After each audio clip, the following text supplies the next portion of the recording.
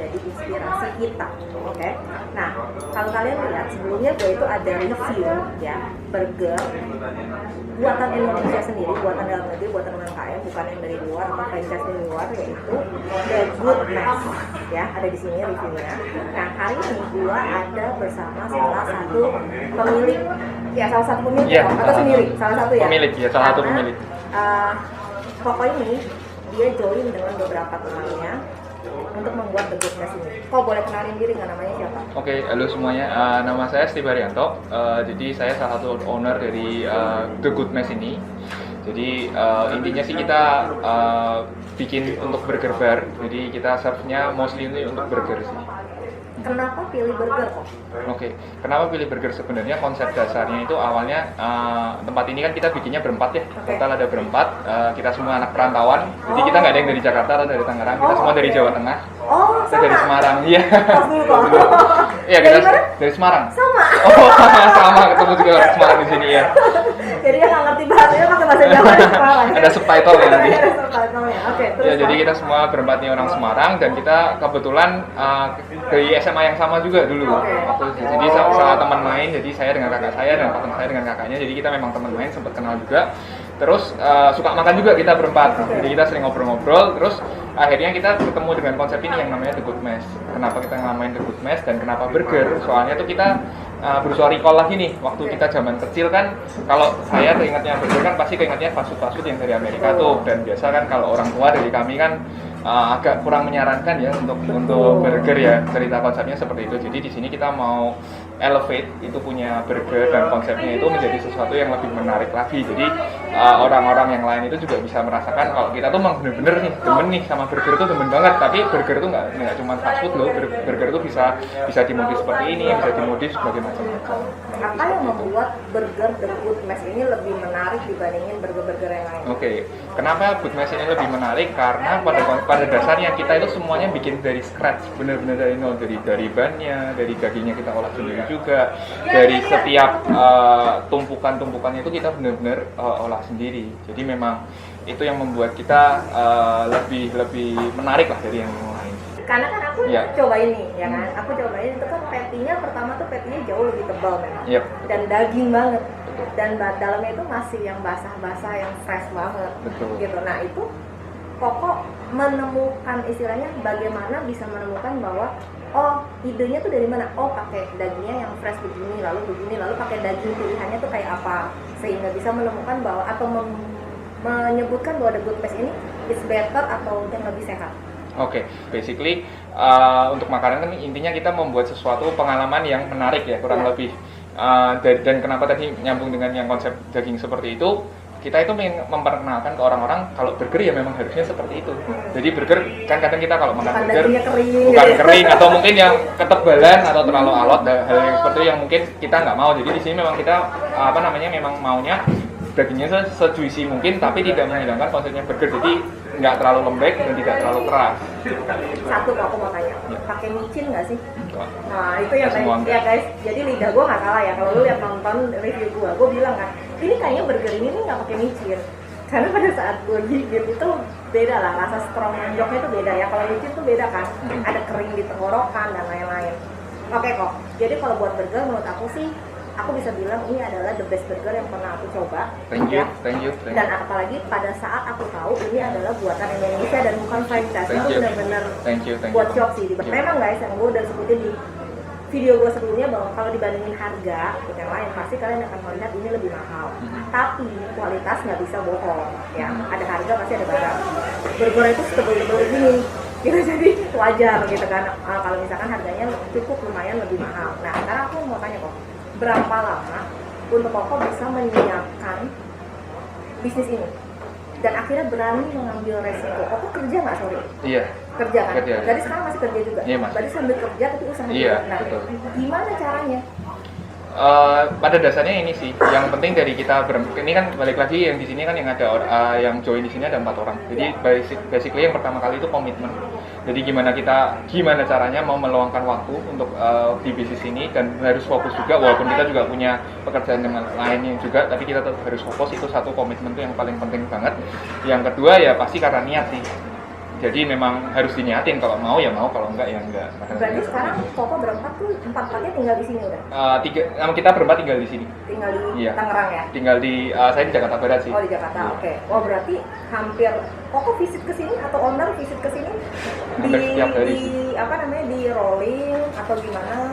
Selada butuhnya aja sih, kita nggak ada jadwalnya, kalau memang mau ke sini ya ke sini. Tapi Hampir setiap hari kita berarti kesini. Koko kerja daerah mana? Saya kerja di Jakarta Barat juga.